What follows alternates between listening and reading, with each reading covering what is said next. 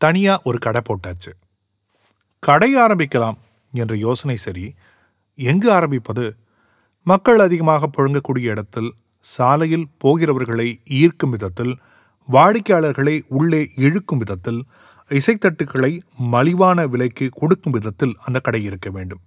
அதே நேரத்தில் கடை வாடகை, அட்வான்ஸும் கட்டுப்படியாக வேண்டும்.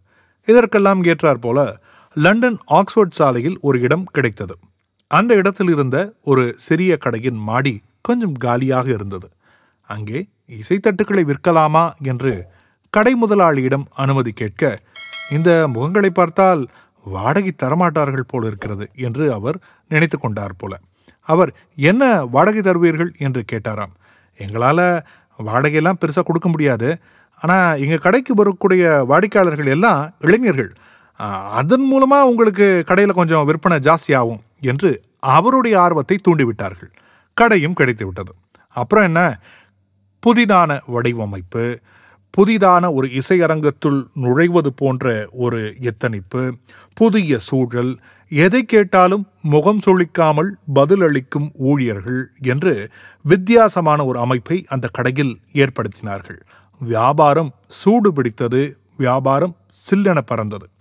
ரிச்சர்டினுடைய தூரத்து உறவினரான சைமன் டிரேப்பர் அந்த இடத்தில் நுழைகின்றார். வர்ஜின் நிறுவனத்தில் அவர் வேலை கேட்டு வந்தார். இயல்பிலேயே சைமனுக்கு இசைஞானம் இருந்ததால் எந்த இசைத்தட்டுகளை விற்பனை செய்யலாம், எதை வாடிக்கையாளருக்கு பரிந்துரைக்கலாம் போன்ற பொறுப்புகளை அவரிடம் கொடுத்தார்கள். கடைக்கு வரும் வாடிக்கையாளர்களுடைய ரசனைக்கு ஏற்ப இசைத்தட்டுகளை இவர்கள் தர ஆரம்பிக்க வர்ஜின் சக்கை போட்டது. இசையினுடைய மீதான ஆர்வத்தில் மேலும் உந்தப்பட்டு சொந்தமாக ஒரு ரெக்கார்டிங் கம்பெனியை ஆரம்பித்தார் ரிச்சர்ட்.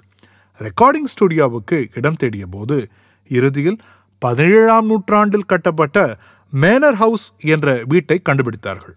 ஆனால் ரியல் எஸ்டேட் ஏஜென்ட் அந்த வீட்டினுடைய விலை 30,000 பவுண்ட் என்று சொன்னார். தன்னுடைய முதலீடு நல்ல முதலீடு தான் என்றாலும் கையில் வைத்திருந்த பணம் போதவில்லையே. இதனால் ஒரு யோசனை, வங்கியிடம் போய் கடன் கேட்கலாம் என்று வங்கியின் கதவை தட்டினார்.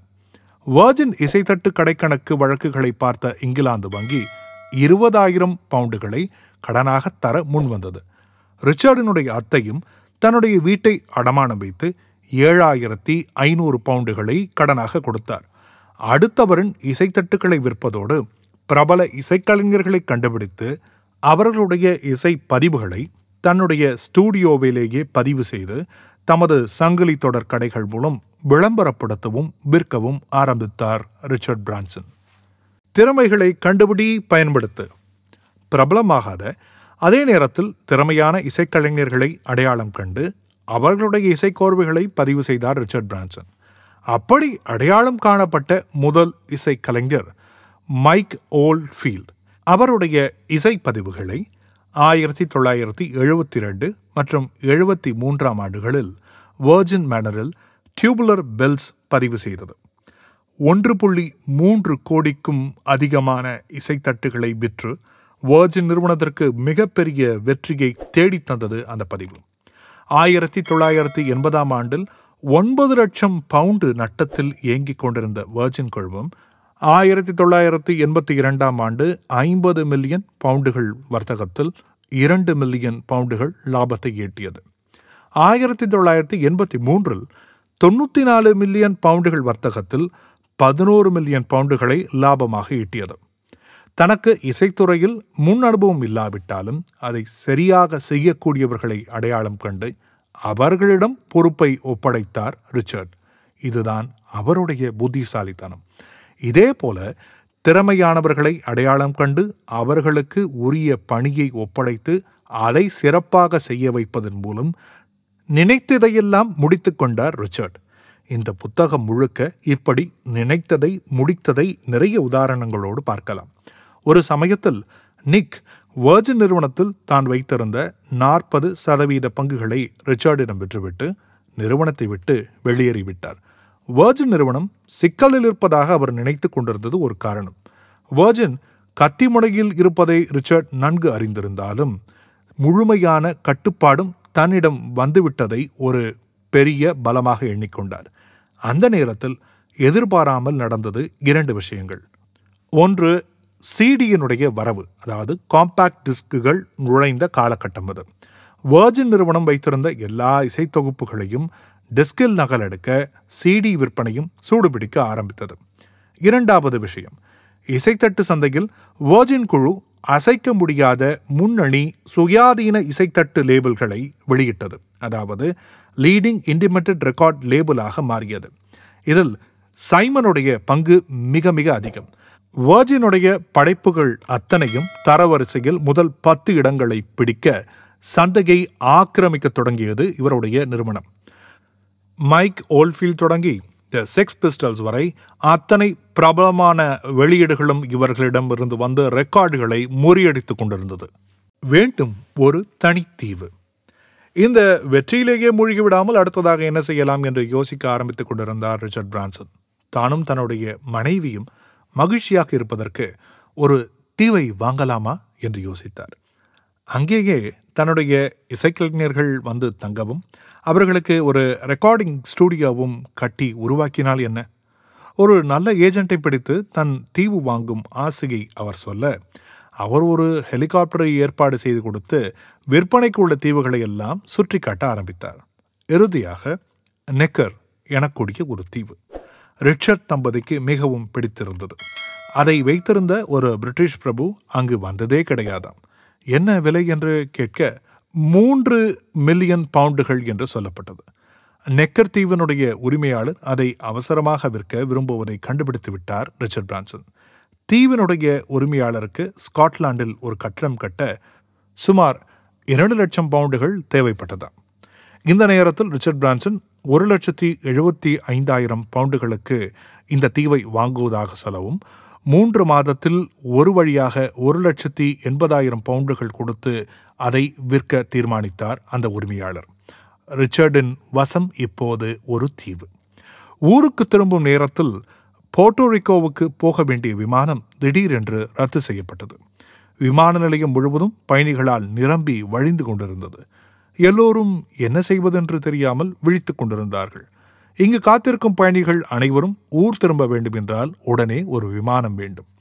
தனியார் விமானம் ஒன்றை வாடகைக்கு எடுத்து அதற்குரிய வாடகை தொகையை அங்குள்ள பயணிகளிடமே வசூலித்தால் என்ன? இது ஒரு புதிய யோசனை ரிச்சர்ட் பிரான்சனுக்கு. தனியார் பயன்பாடுகளுக்காக வாடகைக்கு ஏரோப்ளேன்களை விடக்கூடிய ஒரு நிறுவனத்தை அணுகினார். அவர்கள் $2,000 போர்ட்டோரிக்கோ செல்வதற்கான விமானத்தை வழங்குவதாக ஒப்புக்கொண்டார்கள். உடனடியாக போர்ட்டோரிக்கோ செல்ல ஒரு டிக்கெட்டினுடைய விலை $39 என்று அறிவித்தார். இதோ புதிதாக எழுந்தது வெர்ஜின் ஏர்வேஸ்.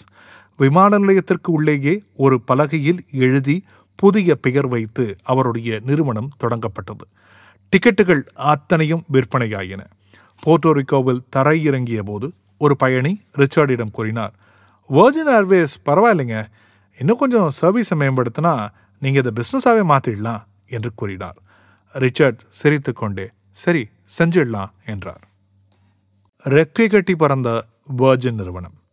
வெர்ஜின் ஏர்வேஸ் யோசனை என்னமோ சிறப்பாக தான் இருந்தது. ஆனாலும் அப்போது செய்ய மனசு வரவில்லை ரிச்சர்ட் பிரான்சனுக்கு.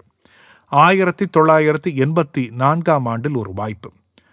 ராண்டால்ஃப் ஃபீல்ட்ஸ் எனக்கூடிய ஒரு அமெரிக்க வழக்கறிஞர் ரிச்சர்டை தொடர்பு கொண்டு தான் அமெரிக்காவுக்கும் இங்கிலாந்திற்கும் இடையே விமான சேவையை வழங்குவதற்கான ஒரு நிறுவனம் தொடங்கி இருப்பதாகவும் அதில் நீங்கள் முதலீடு செய்ய முடியுமா என்றும் ரிச்சர்ட் பிரான்சனை கேட்டிருக்கிறார். உடனே துள்ளி குதித்தார் ரிச்சர்ட். ராண்டால்ஃபின் யோசனை குறித்து நாள் முழுவதும் யோசித்து பார்த்தார். முதலில் ராண்டால்ஃபினுடைய யோசனை பிஸ்னஸ் கிளாஸ் சேவையை மட்டும் வழங்குவதாகத்தான் இருந்தது. ஆனால் அப்படி வணிகர்கள் யாரும் வராவிட்டால் அந்த மாதிரி நாட்களில் என்ன செய்வது? வியாபாரம் எப்படி ஓடும்? எனவே பிஸ்னஸ், எக்கானமி என்று 2 பிரிவுகளும் இருந்தால்தான் ஓரளவுக்கு சமாளிக்க முடியும் என்று முடிவெடுத்தார். ரிச்சர்டுக்கு ஒரு வினோத பழக்கம் உண்டு. யாரையாவது புதிதாக சந்தித்தால் 30 வினாடிகளுக்குள் அவரை பற்றிய ஒரு உருவகத்தை உருவாக்கி விடுவார். அதேபோல் ஒரு பிஸ்னஸ் பிளான், வணிக முன்மொழிவு வந்துவிட்டால் 30 வினாடிகளுக்குள் தன்னுடைய மனதிற்குள் ஒரு ஊக்கத்தை அது அளிக்கிறதா என்று பார்ப்பார். அதிகப்படியான புள்ளி விவரங்களை போட்டு ஆராய்வதை விட ரிச்சர்ட் தன்னுடைய வணிக முடிவுகளை தன்னுடைய உள்ளுணர்வினுடைய அடிப்படையில் தான் எடுக்கின்றார். இது மிகப்பெரிய வியப்பு தான் அல்லவா?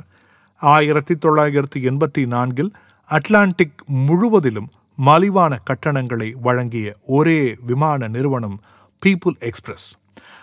இப்போது ரிச்சர்ட் பிரான்சனுக்கு ஒரு சந்தேகம். தன்னுடைய பிஸ்னஸ் ப்ரொபோசலை எப்படி நியாயப்படுத்திக் கொள்ளலாம்? ஒன்று, பீப்புள் எக்ஸ்பிரஸினுடைய விலை அதிகமாக இருந்திருக்க வேண்டும். அதன் மூலமாக பெரிய ஈர்ப்பு இல்லாமல் இருக்கக்கூடிய நிறுவனமாக அது இருக்கலாம். அப்படி இருந்தால் சேவைக்கு தேவை இருக்கும் ஒரு போட்டியை உருவாக்கலாம். இதுதான் அவருடைய எண்ணம். போயிங் நிறுவனத்தை தொலைபேசியில் தொடர்பு கொண்டு ஏதாவது விமானம் எனக்கு கிடைக்குமா என்று கேட்டார் ரிச்சர்ட். ஆனால் அவர்கள், நாங்கள் லீஸுக்கெல்லாம் பிளேன் கொடுக்கறது இல்லைங்க, வேணும்னா எங்ககிட்ட ஒரு செகண்ட் ஹேண்ட் ஜம்போ ஏரோப்ளேன் இருக்குது, அதை வேணா வாங்கிக்கோங்க என்று கூறிவிட்டார்கள். ரிச்சர்டினுடைய வர்ஜின் மியூசிக் கூட்டாளிகள் இந்த விமான கம்பெனி யோசனைக்கு கடுமையான எதிர்ப்பு தெரிவித்தார்கள். ஒரு வழியாக எல்லோரிடமும் பேசினார், சம்மதிக்க வைத்தார். வர்ஜின் அட்லாண்டிக் விமான நிறுவனம் தன்னுடைய முதல் பயணத்தை தொடங்கியது. பிரிட்டிஷ் ஏர்வேஸினுடைய குடைச்சல். பாரம்பரியமாக இங்கிலாந்தில் விமான சேவையில் கொடிகட்டி பறந்து கொண்டிருந்தது பிரிட்டிஷ் ஏர்வேஸ். அந்த நிறுவனத்திற்கு வர்ஜின் அட்லாண்டிக் ஒரு மிகப்பெரிய மண்டை குடைச்சலாக இருந்தது. எப்படி இருந்தாலும் சரி, வர்ஜினை சந்தையிலிருந்து ஒழித்து கட்ட வேண்டும் என்பதற்காக சாம, பேத, தான, தண்ட என்று எல்லா முறைகளையும் பயன்படுத்தி பார்த்தார்கள்.